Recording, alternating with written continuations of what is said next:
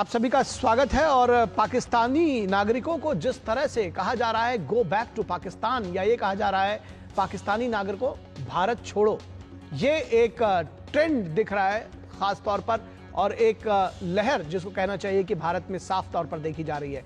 पहलगाम हमले के बाद वर्षों से भारत में रह रहे हजारों पाकिस्तानी नागरिकों की मुश्किलें बढ़ गई हैं। भारत सरकार ने पाकिस्तानी नागरिकों के लिए पहले से उपलब्ध 16 वीजा श्रेणियों में से 14 को रद्द कर दिया है। वीजा रद्दीकरण को चरणबद्ध तरीके से क्रियान्वित किया गया, जिसमें सभी श्रेणियों के वीजा की अवधि 27 अप्रैल को और चिकित्सा वीजा की अवधि 29 अप्रैल को खत्म हो गई है। डिप्लोमेटिक और ऑफिशियल वीजा धारक पाकिस्तानी नागरिक भारतीय विदेश मंत्रालय द्वारा जारी गाइडलाइंस के आधार पर भारत में रह सकते हैं, यानी कि जो डिप्लोमेट्स हैं और ऑफिशियल्स हैं केवल वही रह सकते हैं। उनको भी कम किया गया था, 55 से 30 पर लेकर आया गया है, यह आपको पता होगा। लेकिन यह हैरान करने वाला है कि अब बड़ी संख्या में ऐसे पाकिस्तानी नागरिक सामने आ रहे हैं जो वर्षों से भारत में रहने का दावा करते हैं। ये नागरिक खुलेआम दावा करते हैं कि उनका आधार कार्ड बना हुआ है, वो यहां नौकरी करते हैं, यहां वोटर कार्ड बनवा रखा है, वोट भी देते हैं। सवाल उठता है कि कौन से वीजा श्रेणी के तहत उनको यह अधिकार मिला हुआ है। जाहिर है ये सब अवैध तरीके से न सिर्फ यहां रहकर भारत के संसाधनों का दोहन कर रहे थे, बल्कि यहां की डेमोग्राफी को प्रभावित कर यहां के वोटर भी बने हुए थे। ऊपर से तुर्रा ये कि भारत सरकार उन्हें वापस भेजकर उनके साथ अन्याय कर रही है, अत्याचार कर रही है। मानवता के साथ सोचे भारत सरकार, ये वो न्याय की मांग कर रहे हैं। उन्हें यहां अवैध रूप से रहने के लिए दिया जाए, वो ये मांग कर रहे हैं। वो दावा करते हैं कि वो लोग वैध भारतीय वीजा पर पिछले 35-40 वर्षों से भारत में बेरोक टोक रह रहे हैं। आखिर कौन लोग हैं वो जो उन्हें इस तरह की सुविधा मुहैया कराते रहे हैं, और इसके पीछे उनका क्या लाभ था, इसका भी पता लगाया जाना चाहिए। विशेष बात है कि अवैध बांग्लादेशियों और रोहिंग्याओं की तरह दिल्ली से लेकर मुंबई, गुजरात और नेपाल बॉर्डर तक तमाम बड़े शहरों और छोटे छोटे कस्बों में इन घुसपैठियों की अवैध बस्तियां भी बन गई थी। पहलगाम हमले के बाद ऐसे लोग अब चिन्हित हो रहे हैं और उन्हें वापस पाकिस्तान भेजा जा रहा है। इसमें भी कुछ लोगों को तकलीफ है, वो मानवता की दुहाई दे रहे हैं।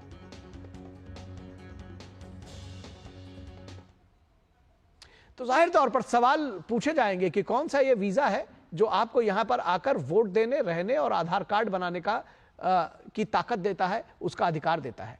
पाकिस्तान के जो नागरिक डेडलाइन खत्म होने के बाद वाघा अटारी बॉर्डर से लौटने के लिए इकट्ठा हुए हैं, उनमें से तो कई दशकों से यहां रह रहे थे। क्या कुछ वो कह रहे हैं, आइए आपको सुनाते हैं। सबसे पहले,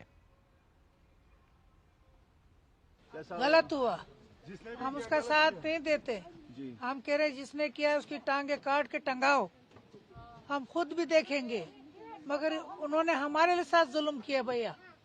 अब इसका आधार कार्ड इधर का है, इलेक्शन कार्ड इधर का है, इंडियन का है, मगर समझ नहीं आता क्यों। पहलगाम में आप उसको कैसे देखते हैं? हम उसको कंडम करते हैं, सारा कश्मीर उसको कंडम करते हैं, पूरी दुनिया उसको कंडम सर करती है।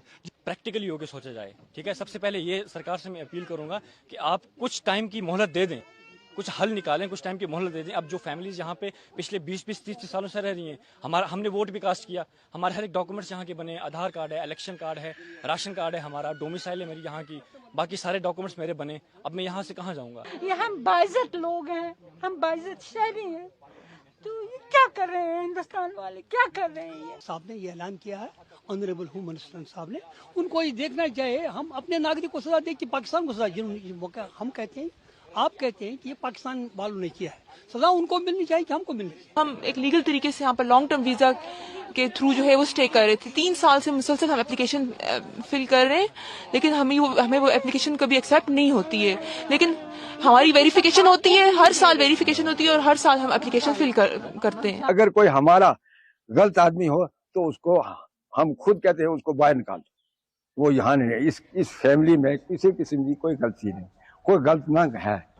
तो और इस पूरी खबर पर बातचीत करने के लिए हमारे साथ खास मेहमान भी जुड़े हुए हैं और साथ में 2 हमारे संवाददाता जुड़े हुए हैं। सबसे पहले उनसे परिचय करा दें आपका। हमारे साथ अतुल अनेजा जो कि विदेश मामलों के जानकार हैं जुड़े हुए हैं, बहुत स्वागत है सर आपका। और हमारे साथ गुरमीत सिंह हमारे संवाददाता अटारी बॉर्डर से, और मेघना देव अहमदाबाद से जुड़े हुए हैं। अतुल जी, सबसे पहले आपसे समझना चाहेंगे जो पाकिस्तान का वीज़ा का जो आपने अभी हमारी स्टोरी देखी होगी, वीजा को लेकर के बहुत सारा पेच है, इसको हम थोड़ा समझना चाहेंगे अपने दर्शकों के लिए, सुलभ संज्ञान के लिए अपने दर्शकों को, कि क्या कोई वीजा इस तरह भी अलाउ करता है या कोई इस तरह का वीजा का क्लॉज है कि आप यहां आ जाएं और आप यहां पर वोटर आईडी कार्ड बनवा लें, आधार कार्ड बनवा लें, यहां नौकरी करने लगे और वोट देने लगे? निखिल जी, ये इसका क्या कहूं मैं, ये इलीगल स्टे है। कोई वीजा ऐसे परमिशन नहीं देता कि आप 20-20 साल तक वहां रहें। तो ये जो लोग हैं वो इलीगल स्टे हैं। साथ में अब जो बात हमें समझनी है कि अब वक्त ऐसा आ गया है, खास करके जो पहलगाम में घटना हुई है, कि rules of the game have changed.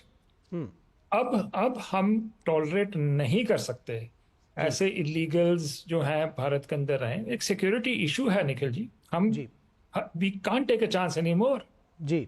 अब वक्त आ गया है कि बड़ा क्लियर कट गाइडलाइंस हो कि कौन अंदर रह सकता है, जो नहीं रह सकता।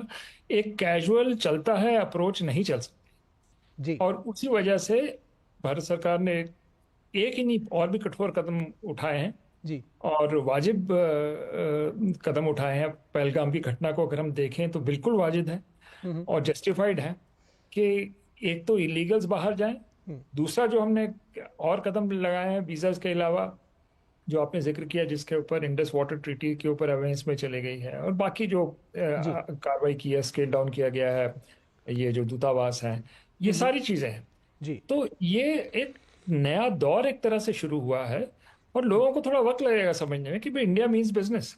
अब ये नहीं चलेगा। और जैसे आपने कहा निखिल जी कि सिर्फ बात ये पाकिस्तान के इलीगल्स की नहीं है। पाकिस्तान, हमारा नॉर्थ ईस्ट इस वक्त जो है वो एक तरह से सिक्योरिटी थ्रेट के अंडर है जी। और वो क्यों है? क्योंकि बांग्लादेश से भी बहुत सारी इलीगल इमिग्रेशन हुई है।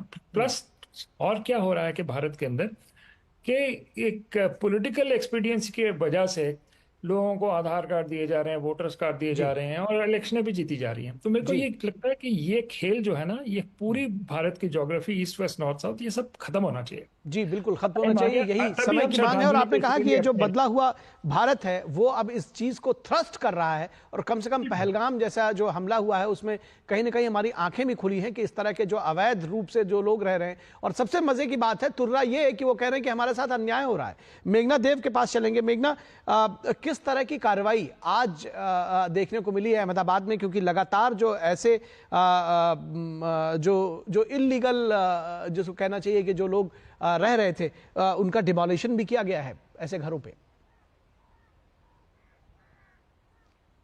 बिल्कुल निखिल, कुछ महत्वपूर्ण बातें यहाँ बताना चाहूंगी। चंदोदा तालाब पे अभी मैं मौजूद हूँ। पीछे जो है डिमोलिशन का काम काफी हद तक हो चुका है।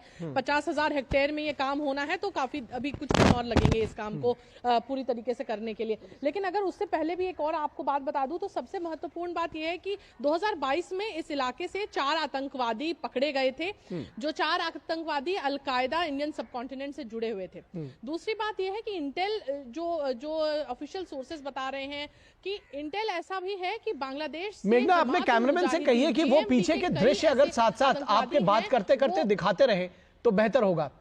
अपने पीछे के दृश्य दिखाते रहे, आप अपनी बात जारी रखिए। जी बिल्कुल, मैं दर्शकों को विजुअल्स भी दिखाना चाहूंगी कि ये विजुअल्स जिस तरीके के यहाँ पर डिमोलिशन हुआ है, ये लालू बिहारी का ये फार्म हाउस था जहां पर इलीगल देह व्यापार और ड्रग कार्टेल चलता था। निखिल, मैं यहाँ पर ये भी बताना चाहूंगी कि जो 4 आतंकवादी यहाँ पकड़े गए थे 2022 में, वो अलकायदा सबकॉन्टिनेंट से जुड़े हुए थे।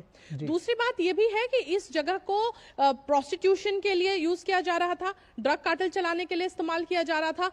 और इतना ही नहीं, इस जगह पे जो भी बांग्लादेशी आता था इमिग्रेंट, उसे यहाँ लाया जाता था। फॉर्ज डॉक्यूमेंट्स बड़े आसानी से यहाँ पे बन जाते थे, फेक डॉक्यूमेंट्स बड़ी आसानी से बन जा रहे थे। तो ये सभी जो अगर हम पूरी तरीके से बात करें तो ये एक बहुत बड़ा नेक्सस है जो यहाँ पर चल रहा था, जिसको यहाँ पर गुजरात गवर्नमेंट ने पूरी तरीके से नेस्तनाबूद किया है। खास तौर पर जिस तरीके का डिमोलिशन चला है, 50,000 हेक्टेयर में डिमोलिशन चल रहा है। अच्छा, दूसरी बात यहाँ पर यह भी है कि जो बांग्लादेशी यहाँ पर आए थे इलीगल इमिग्रेंट्स 890 ऐसे हैं जिनको हिरासत में लिया गया उनमें से 150 का जो डेपोटेशन है उसको फाइनल कर लिया गया है। अब दूसरी बात ये भी है कि 590 जितने पासपोर्ट्स पिछले 2 साल में इस इलाके से, इस रीजन से इशू हुए हैं, तो पासपोर्ट्स को भी स्क्रूटिनाइज किया जा रहा है। पहले पुलिस उसे स्क्रूटिनाइज करेगी, उसके बाद रीजनल पासपोर्ट ऑफिस के पास जाएगा और अगर उसमें डिस्क्रिपेंसीज नजर आएंगी तो उसके बाद उससे पासपोर्ट को कैंसिल भी किया जाएगा और उस पर कार्रवाई भी होगी। तो फेक डॉक्यूमेंट्स बनाने का काम जो यहाँ पर हो रहा था वो उस पर भी नकेल कसी गई है, उस पर भी लगातार आतंकवादी पकड़े गए हैं। जी, उस पर भी नकेल कसी गई है। गुरमीत सिंह अटारी बॉर्डर से हमारे साथ जुड़े हुए हैं। आज के विशेष संदर्भ में क्या जानकारी देंगे, इस लिहाज से भी कि जो डिपोर्ट करने का काम है पाकिस्तानियों को वो शुरू हो चुका है, क्या रिएक्शंस है, क्या जानकारी देंगे? निखिल, बड़े स्तर पर डिपोर्टेशन आज जो है वो चल रहा है और 30 अप्रैल को उम्मीद रही थी कि यहां अटारी बॉर्डर पर ज्यादा लोग पहुंचेंगे क्योंकि 29 अप्रैल को डेडलाइन खत्म हो चुकी है पाकिस्तानी नागरिकों के वापस जाने की। मगर 30 तारीख का आज का मैं सबसे पहले आपको दृश्य दिखाना चाहूंगा अटारी बॉर्डर का, इंटीग्रेटेड चेक पोस्ट का, जहां पर अभी भी इमिग्रेशन क्लियर करवाने के लिए बड़ी संख्या में लोग पहुंच भी रहे हैं और मगर सामने इंटीग्रेटेड चेक पोस्ट पर अभी भी आप कुछ गाड़ियां पार्क हुई देख सकते हैं। ये सभी गाड़ियां पुलिस वालों की है या फिर ऐसी प्राइवेट गाड़ियां हैं जिनमें जम्मू कश्मीर पुलिस कुछ पाकिस्तानी नागरिकों को यहां पर लेकर आई है। और यह सिलसिला आज सुबह से चल रहा है। तकरीबन 6 से 7 बजे ही जम्मू कश्मीर पुलिस पाकिस्तानी नागरिकों को यहां पर लेकर आना शुरू कर चुकी थी। इसके बाद एक दूसरी बस आई, सबसे पहले एक बस आई और दूसरी बस आई। दूसरी बस में एक पाकिस्तानी नागरिक लड़का यहां पर पहुंचा जिसका नाम ओसामा था। उसने ये दावा किया कि उसके पास पाकिस्तानी पासपोर्ट है मगर उसके पास इंडियन वोटर कार्ड भी है, उसने यहाँ पर वोट भी किया है और इसके साथ ही कई क्रेडेंशियल्स उसने डोमिसाइल सर्टिफिकेट से लेकर बनवा भी लिए हैं। तो ऐसा दावा उसकी ओर से किया गया। कुछ ऐसे लोग हमें यहाँ पर अटारी बॉर्डर पर आज दिखाई दिए जो कि अपने कुछ गलत या यूं कहे कि फर्जी तरीके से बनाए गए डॉक्यूमेंट्स लेकर यहाँ पर पहुंचे थे। इस तरह के दरअसल डॉक्यूमेंट्स हमने गिरफ्तार किया जा सकता है क्योंकि यह अपराध की श्रेणी में आता है। जी बिल्कुल अपराध की श्रेणी में आता है और इस तरह के डॉक्यूमेंट्स बनाने वाले तमाम सारे लोगों की बाइटें भी हमने अपने इस कार्यक्रम में दिखाई हैं और लगातार ऐसे लोगों को, जैसा कि अभी अतुल अनेजा जी ने कहा कि ये साफ तौर पर अवैध थे, अवैध तरीके से यहां पर रह रहे थे और उनको डिपोर्ट किया जा रहा है। आप सभी का बहुत शुक्रिया। अतुल अनेजा जी आपका शुक्रिया, गुरमीत जी और मेघना देव आपका भी बहुत शुक्रिया हमारे साथ जुड़ने के लिए। तो इस वक्त में बस इतना ही, इजाजत दीजिए।